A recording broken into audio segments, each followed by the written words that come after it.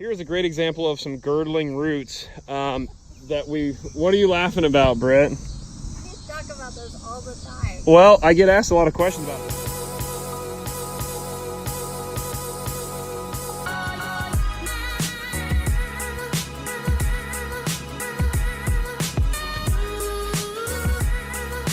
All right, so Britt and I just came from a commercial stormwater job that we stayed overnight for. We dressed down a little bit because we were both sweaty and yucky and all that. We decided to stop by a job that I did, I think 15 years ago. It was a commercial install here, actually a village install. We were working as a subcontractor under a general contractor. This was 15 years ago when I was running my first company. I lost my tail on this job, probably didn't make any money, but I didn't check my numbers because I didn't care, because we have this commercial, this village municipal job. This is so cool. This is the next step for us, right? Nothing matters if you're not making money. So I'll take you a little walk through here and show you a few of the things. There's really nothing left to speak of that's really cool, but I'll show you a few things. All right, so we worked as a subcontractor under a general contractor. They built the retaining walls and they did all the site work. They did the exposed aggregate walkway. A landscape architect designed the project. And then we worked in conjunction with the landscape architect. This is in New Concord, Ohio. These maple trees right here we planted.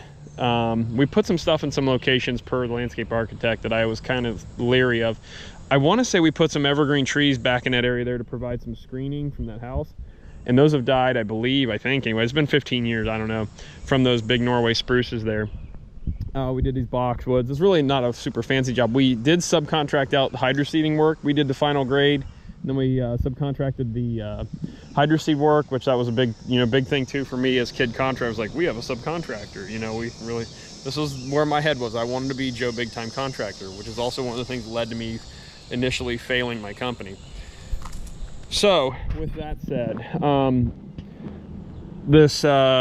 can't remember what kind of blue spruce that was, but it stayed relatively compact, but obviously it's overgrown the location there. This Bradford pear, we did not plant this tree, but this is why, or one of the reasons these trees are on the invasive species list in Ohio, because they're prolific self-seeders. The birds eat these seeds and they get planted all over. They're taking over riverbanks, any kind of unmaintained area where they're gonna get to grow. And this thing got left for some reason. It's even been pruned and maintained, which is kind of frustrating, next to the serviceberry here, which is doing fine. So let's see here, this Bradford pear is now on the Ohio invasive species list. They'll be illegal to sell or produce, I believe, in the year 2021, I want to say. A lot of things I learned on this job, kind of in hindsight, but one of the things was we would plant trees and the landscape architect that designed the project didn't like the location, and we would just dig them up and move them for free at not a change order. One of the stupidest things I've ever done in my life, but being kid contractor, I thought, well, if we make a good impression with this landscape architect, we'll have a relationship and we'll work together and do lots of work with them and stuff like that. Well, that never materialized, and I just lost my tail on this job. But the park design is cool. I like the park layout. The walks are nice and meandering, nice little common space here. But it's funny to see it, I think 15 years later, I think honestly is when, truly is how long ago we did it. For some reason they put this rock mulch in, which I dislike that stuff a lot. I think it's not a great aesthetic usually, and horticulturally it's not great either, but I digress. With that said, a couple things too here, just since we're here. Don't do this to trees. Cut them at their collar, which is this little rim, this little ring right here. Cut them there so that you don't leave that stub. That stub dies, obviously, especially on evergreen trees. But that stub dies, and it also wicks moisture out, and a tree has to compartmentalize or heal. Trees never really truly heal, but that's a side discussion.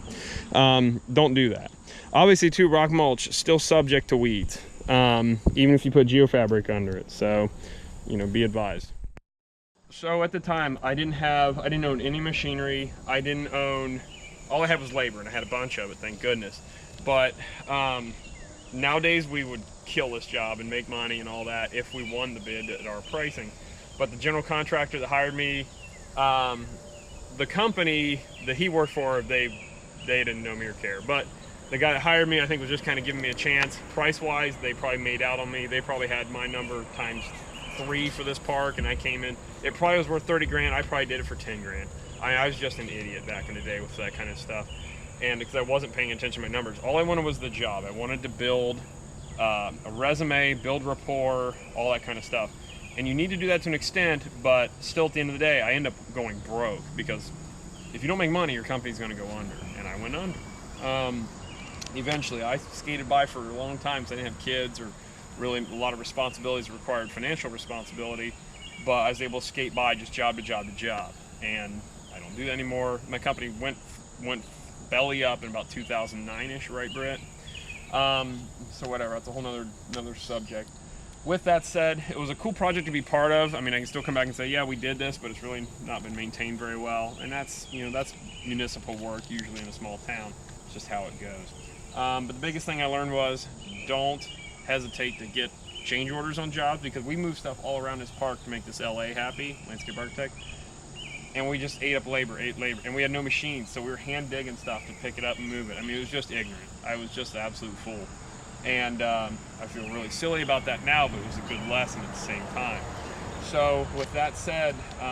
so out of all this work, did you ever work with that LA again? I worked with GC on 2 other jobs, and that's only because we were just so cheap. They were, I don't want to say they were taking advantage of us, but they were definitely making use of our cheap resources. And I was a young kid. Did you make money on the other jobs? That's one of them barely. Another one I don't remember what it was for, but probably not. How long until you realized that you didn't make money here? Did you know it while you were still working? I knew probably while it was going on. I'm like, man, we're gonna break even on this. And the truth is, I never even ran the numbers. I say that, but that's 15 years ago. I can't remember. I think I ran numbers, and they were so bad, I just kind of like ignored it because that's how I used to run. I love, and that's the problem with being passionate about your work. You'll work too cheap a lot of times. I'll digress on that. I have a theory on why you don't want to love your work too much, because you'll work too cheap sometimes. I don't know. I have a theory in my head developing. We'll talk about that in another video. But that's it. But it was a cool job. Like I said, I enjoyed it. It was our first municipal job. I was really excited about it. I really thought it was cool. Like, it paid my guys prevailing wage. They thought that was great too. They were making 27 or 30 bucks an hour on a job. They really thought that was cool. Who wouldn't, right? Oh God, I think about us hauling out here. How did you do pay terms that early of a company? The GC we were working for was decent about that. I still had to chase them even to get paid, but I take that back. I take that back. They had reasonable pay terms that were under 30 days, I want to say. It's been 15 years ago now. I don't know. I can't honestly forget so much stuff.